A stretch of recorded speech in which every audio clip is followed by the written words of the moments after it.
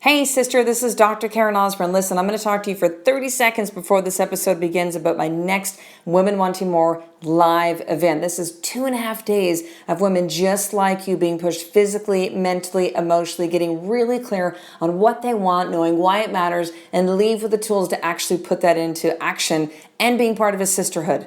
So if this is something that really, really resonates within your heart, sister, I want you to head over to drkarenosborne.com, click on the Work With Me button, and we can start the application process. I look forward to hearing from you. Here's that episode.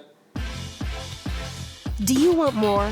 More time, more balance, more love, more sex, more money, more real, and less bullshit? This is the Women Wanting More podcast with Dr. Karen Osborne. Real life, real stories, plus real tips to get you more of what you want.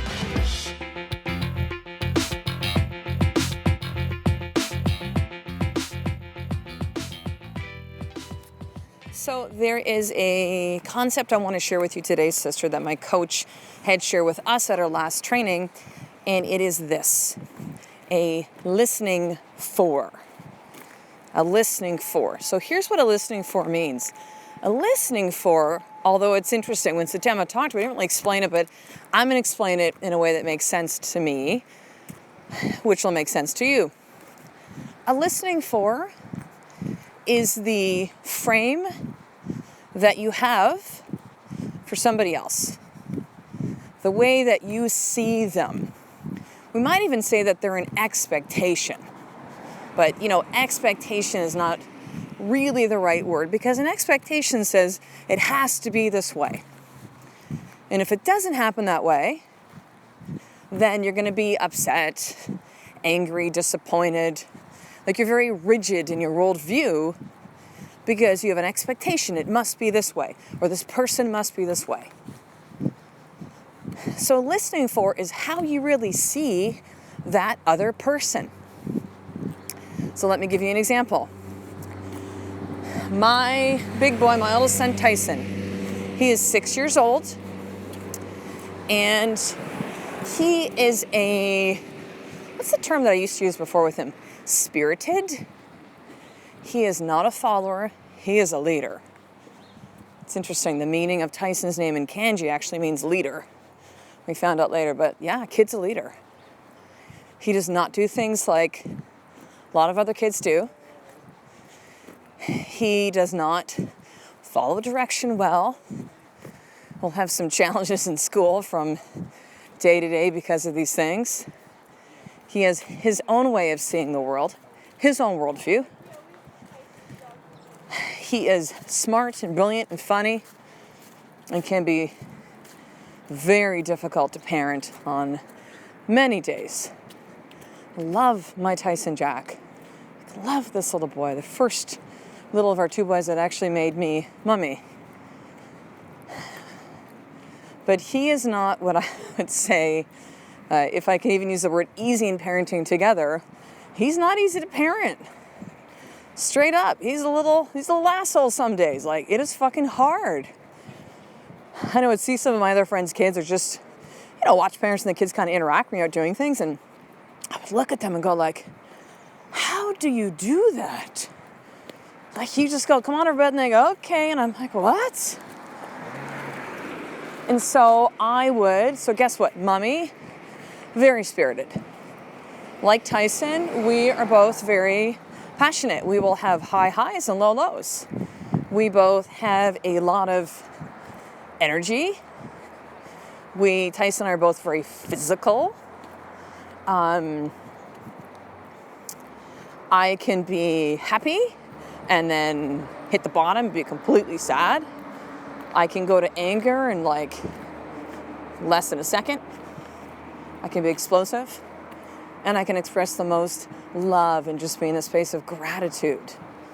And, my boy is a lot like me. And so for the longest time, I would fight against that. Tyson, you should come over here because Mommy says. Right? We've all pulled that stuff as parents.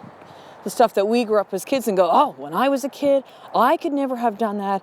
I wasn't given choices. I wasn't given, none of that stuff, right? But depending what generation that you're in, I'm 47, like it was just different back then. It was different. And I'm sure I pushed back against my mother too. I know I certainly did when I was a teenager, and my dad. But I fought this part of who Tyson is for the longest time. And the listening for that I had for Tyson was this. Tyson doesn't listen. Tyson doesn't follow direction. Tyson doesn't like mommy. Tyson doesn't even love mommy some days. Tyson is difficult. Tyson is challenging. Tyson, because he can't follow directions, he's going to have problems in school. I had this listening for which just said, like, here we go, here it comes, right?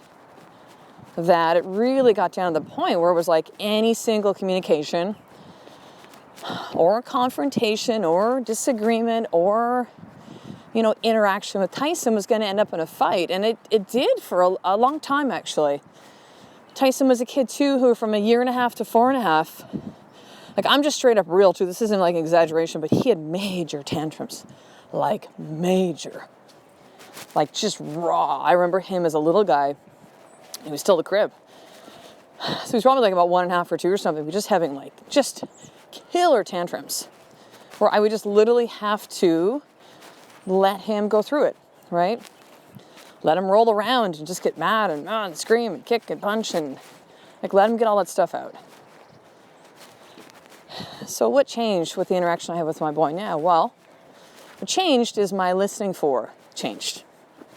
I watched my great coach, Satema, who is an incredible daddy, so devoted to his 3 boys and his wife. And I really watched what Satema was doing because I would hear his boys doing their code and reciting things and, Daddy, I'm a powerful king. And I'm just like, God, like, who are these kids? How did you? He's like, dude, like, it took some work. But something he shared with me, and I realized that I innately started doing this over the last, probably since we moved to Victoria. I don't know, 4 months, maybe a few months before that. So I started changing my listening for. Because the listening for, too, that his previous daycare, we lived in Alberta, and his kindergarten teacher was like, Tyson doesn't sit still. Tyson's not a kid who pays attention. Tyson is, we even had this word, he's a slow learner. And, the mama bear me was like, fuck you. Fuck off. Kids learn at different stages and phases, and don't put my kid in a box. Don't do that. So my listening for about 4 months ago began to change. And I was like, you know what? Tyson is brilliant. He is not like other children, and that is amazing. Tyson is determined. Tyson is a leader. Tyson is smart. Tyson is funny. I have fun with Tyson. I started to change my listening for. Now, there were actions behind that changed. We moved here to Victoria, where we feel more aligned with who we are. Hello, little doggy. Both of us, but my husband and I began to spend more time with Tyson. And it wasn't even just the quantity of time, it was the quality, like I was present with him. I honored who he was versus trying to fight against what I think he should be, my expectations. My listening for changed. And guess what happened? He began to change. Now, it ain't perfect. Yesterday he had like a huge tantrum and missing Daddy, was away for the last couple of days and wanted Daddy to drive, didn't want to walk to school, and it was a big thing. I yelled at him. It was not powerful, the way I interacted with him. And I cleaned that up and I apologized and we moved on from there, and today was different. Today was still a bit of a challenge today. But my listening for him has changed. And in fact, he has changed. I don't feel the fight against. I feel more loving. I feel more present for my boy. I accept who he is.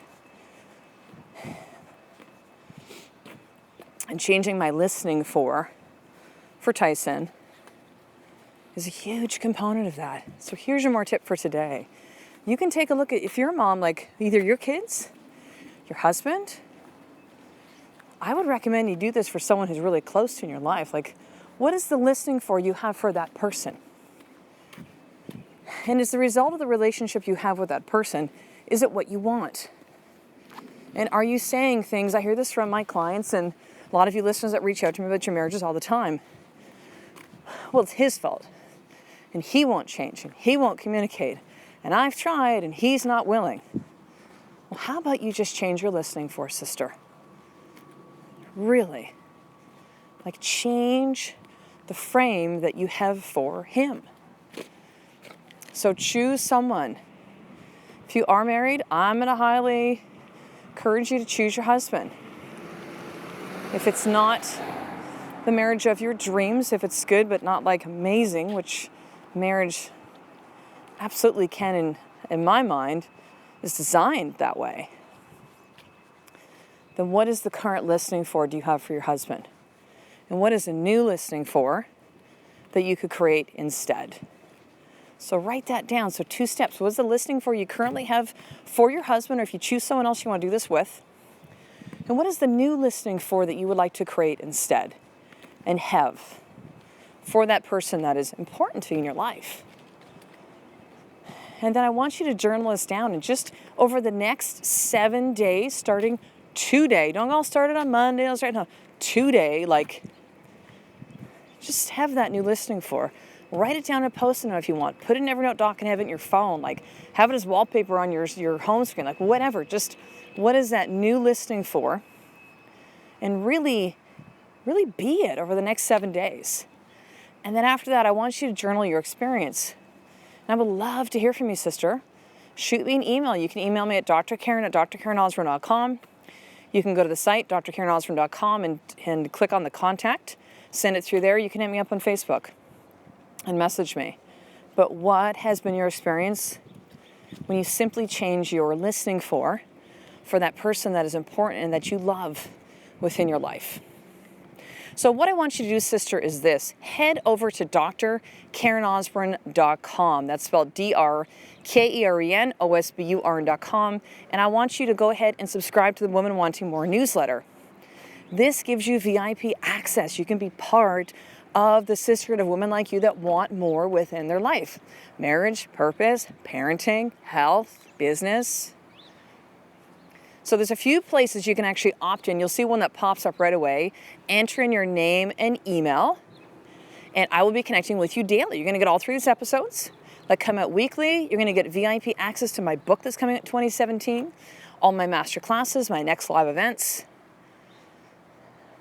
and really be part of this movement with Women Wanting More, sister. So I will talk to you in the next episode. A life of more is 1 step away from you doing the fucking work every single day. I love and appreciate you. To get the show notes of each Women Wanting More episode, including the How to Get More tip, subscribe to the newsletter at drkarenosborne.com/newsletter.